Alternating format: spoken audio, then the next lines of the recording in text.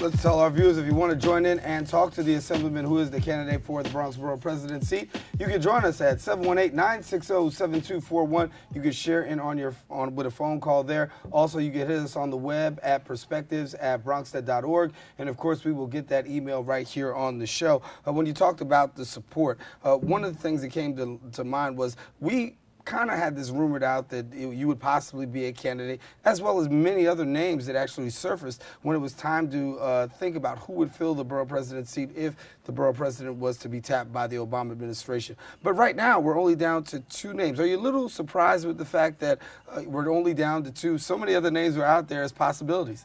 Well, if you had asked me this question a year ago today, I would have told you that there was going to be many people who were going to run. Obviously, I never imagined or thought that with the talent, with the folks that were being mentioned, that I would find myself in a one-on-one situation with somebody from the Republican Party.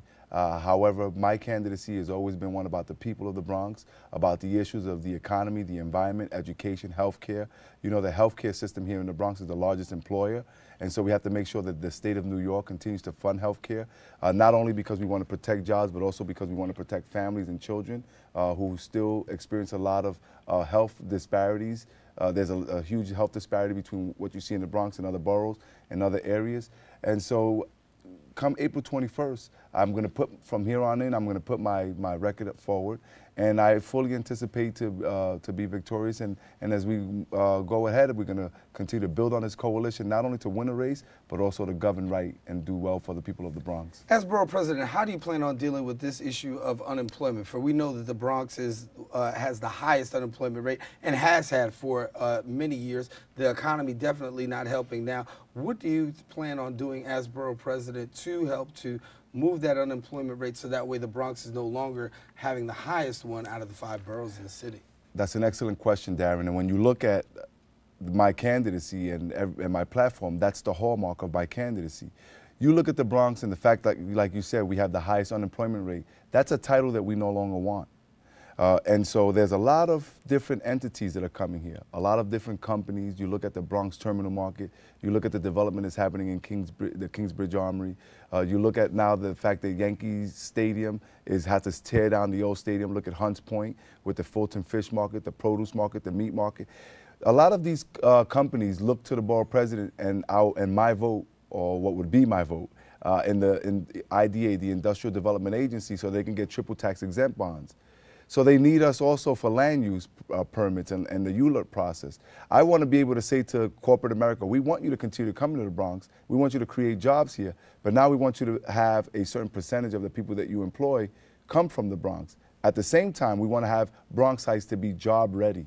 And so we're going to work with entities like Sustainable South Bronx and Nos Quedamos and the Consortium for Workers' Employment to have people ready so that they can have their GEDs and be ready for apprenticeship programs, so they could be trained to install green roofs, so they could be trained to install solar panels, the CDL licenses so they could ride trucks, so that ultimately with all of the development that's happening here, that's great and the economy here will benefit, but also the average Bronxite will as well. Listen to a lot of Bronxites, there's a concern about overdevelopment, not with new construction as far as business is concerned, but in terms of housing. A lot of places are suffering from what they call overdevelopment, and people are saying that they're overcrowded. How do you plan on addressing that issue?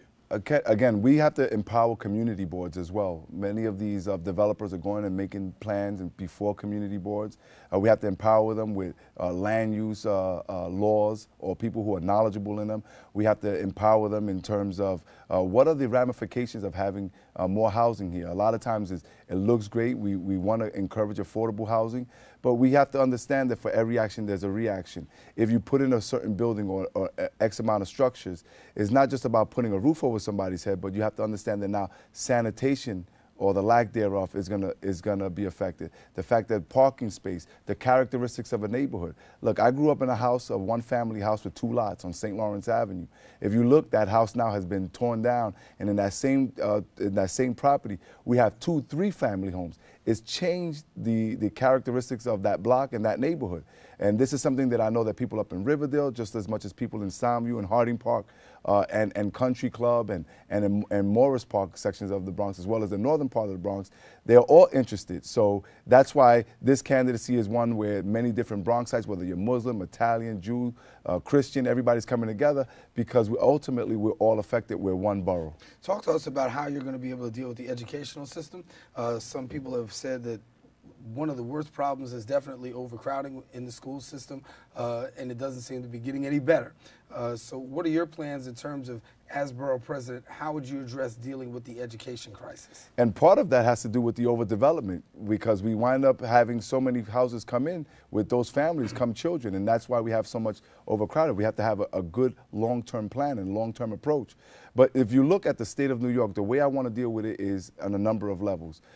First, we want the federal government to continue to fund the state of New York the way they have, and President Obama with the stimulus package, sending the state of New York X amount of money. But it doesn't stop there. When the state of New York does its education budget, being on the education committee over the last 13 years, I know that New York City is considered one locality or one school district. We wind up sending all of the money, particularly with the Campaign for Fiscal Equity, to the mayor and the chancellor, who then disperse the money throughout the city of New York, but we always see the Bronx get shortchanged. So as the borough president, I will get an appointment in the education panel. We want to strengthen that appointment with the new mayoral control laws that are about to pass up in Albany. And we want to hold the mayor, hold the chancellor, hold DOE, the Department of Education, accountable. There's no reason why in the 5-year capital plan you see that in New York City, the Bronx is not getting its fair share, which will go a long way into building new classrooms so that we could reduce overcrowding. There's no reason why you have teachers. You should have teachers in the Bronx coming out of pocket buying materials when you don't see that in other boroughs. So we're going to use that bully pulpit, and ultimately we want a breakdown of the funding formula per school so that we know exactly how the money's being spent. Let's talk a little bit about where you're going from here. Obviously, we know that the special election is taking place on April 21st. You're juggling back and forth, going between Albany and here. How are you, first of all, able to transcend what you've done in Albany in 13 years into the office of the borough presidency, assuming you're elected? Well, I mean, obviously, you know, with a whole lot of help. But going back and forth, I want to make sure that I continue my duties and the purposes that I got elected for. This is a real important period of time up in Albany, where we're discussing everything from making sure that fares in the MTA are not going to break people's pockets, where we don't reduce services. For example, the MTA plan is a doomsday budget that calls for fares being increased 31% while services are being reduced. We don't want that to happen. And that whole discussion is happening now, and I want to be able to still be at the table because ultimately it's going to affect Bronxites. The fact that in part of that budget they want to talk about people paying tolls back and forth on the bridges that touched Manhattan, like the Willis Avenue Bridge, the 145th Street Bridge. Right now, on April 1st, we have to have a budget. We're talking about over $125 billion that are going to be spent in New York. I want to make sure that my voice is still up there, shaping how we go about education, how we go about healthcare, and other important issues that ultimately affect this borough.